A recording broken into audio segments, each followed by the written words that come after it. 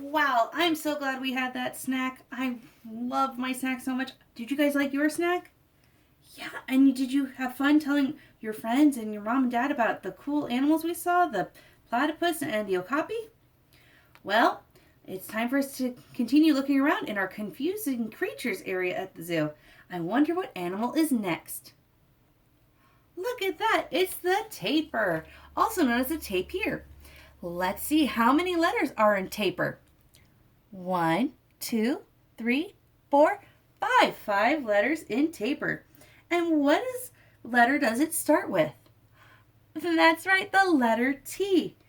Hey, this exhibit also has a video for us. Let's watch it. Say hello to the tapir. It looks like a large pig, but it's really more closely related to rhinos.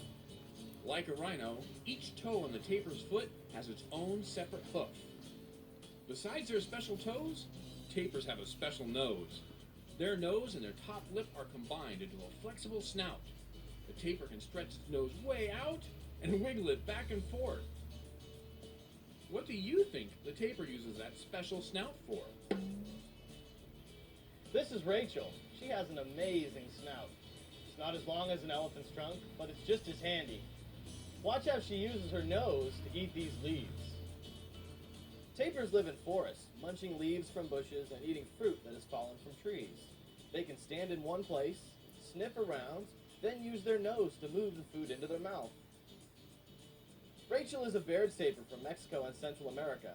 She lives at the zoo with some capybara. Other kinds of tapirs live in South America, and the Malayan tapir lives in the rainforests of Asia. This Malayan tapir is with her baby. A baby tapir is called a calf. Some people say a tapir calf looks like a walking watermelon. Those markings help the calf blend in with the shadows in the forest, making it harder for predators like big cats to find it. What makes a good home for a tapir? A place to take shelter and a place to swim. Tapirs like to spend a lot of time in the water. Even youngsters can swim when they're just a few days old. Of course, it takes some practice to get good at it.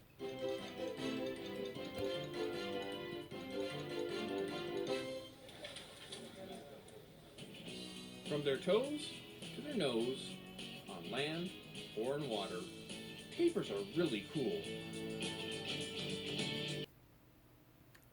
That was such a cool video. I'm so glad we were able to see it.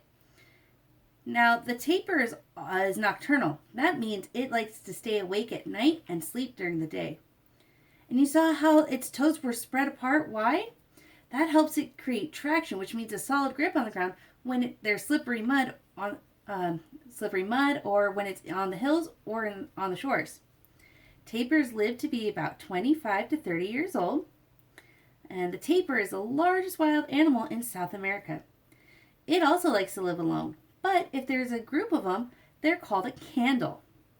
Tapirs cannot see well, so they have to rely on their senses of hearing and smelling to warn them of predators. The word tapir comes from an indigenous Brazilian language, and it means thick. It means it was talking about the animal's thick hide or skin to help protect it. And another fun thing, every year on April 27th, we get to celebrate World Tapir Day. Everyone can celebrate it. How cool is that? Well, I think we learned a lot about this creature. I wonder what other creatures are here at the Confusing Creatures area. Let's find out. Look at that. It's a fossa. Now, how many letters are in fossa? Let's count. 1, 2, 3, 4, 5 letters in fossa. And what is the first letter of fossa? That's right, the letter F. What does F say? That's right. Oh, I see a keeper at the exhibit. Let's hear what he can tell us about the fossa. A fossa is a carnivore. They come from the island of Madagascar. Years ago, it was classified as a cat because it has a lot of cat-like features. But there are differences, and it is now not classified as a cat. It's more closely related to a mongoose or a civet. It's the largest predator on Madagascar. Eats just about anything that it can catch. Lemurs, lizards, birds, lower invertebrates. So if you look at him, you can tell that he's a adept of living in the trees. He's just incredibly strong, incredibly fast and agile, pretty much unlike any animal, I think, in the zoo as far as the acrobats he can do, just with the strength that are in his arms. He's got a very long tail that helps him to keep his balance when he's chasing animals through the trees. This particular Fusa here is Jack. He's the first one we had at the zoo. He came from the San Antonio Zoo in Texas. He was captive born. Daily enrichment is just try to spread his food around, so he has to climb through the exhibit to, access his food, give him a little more exercise. You can tell he's a little on the heavy side right now. He used to be heavier. He's trimmed down quite a bit.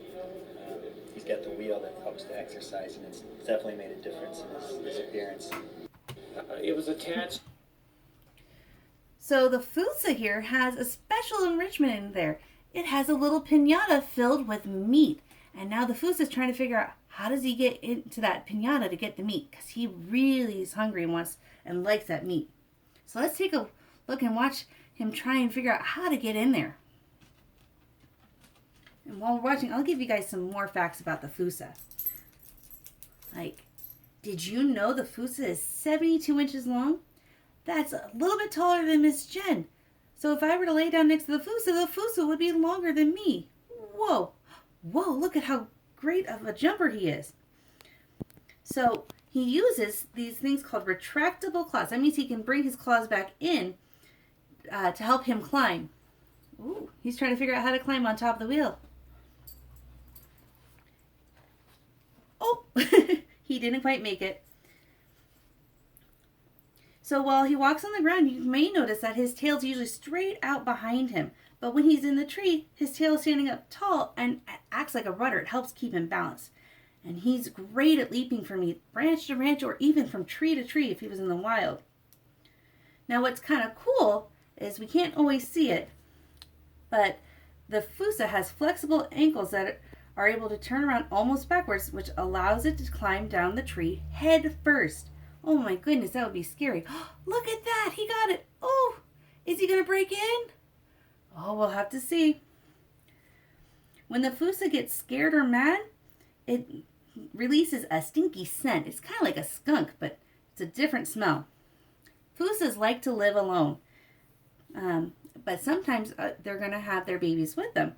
And the Fusa can have 6 to 8 babies, which are called pups or cubs, and they can live to be about 15 years old. Well, it looks like he's still figuring out how to get inside of his piñata, and oh, I think he almost got it. Well, let's let him enjoy his treat, and I wonder what time it is. Oh, it's our map. It must mean it's time for us to go home again. So remember, we're here at the Confusing Creatures, so we need to go from the Confusing Creatures down to our star. Let's see how many steps we need to take. 1, 2, 3, 4 steps. Let's take those 4 steps to our star. Ready? 1, 2, 3, 4 steps. Now, we can either go straight to African Plains, or we can turn right to go back to the entrance. So let's turn right and go back to the entrance. Let's see how many steps we need to take. 1, 2, 3, 4, 5, 6, 7 steps. So let's take 7 steps. Ready? 1, 2, 3, 4, 5, 6, 7 steps. Now we can turn right to go to see the turtle. We can go straight to go back towards the Cat Canyon, or we can turn left to go back to the exit so we can go home. I think it's time for us to go home, so we need to go left. How many steps from our star to the entrance, which is also the exit? Let's count. 1, 2, 3, 4, 5. 5 steps to the entrance. Let's go back 5 steps. Ready? 1, 2, 3, 4, 5. And we're at the exit.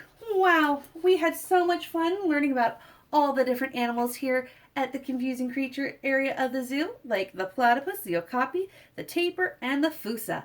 I'm so glad you guys were able to join me, and I can't wait to see what exciting animals we're going to see tomorrow and what area of the zoo we're going to discover. What do you think it'll be? I don't know. We'll see if you're right. Can't wait to see you guys tomorrow.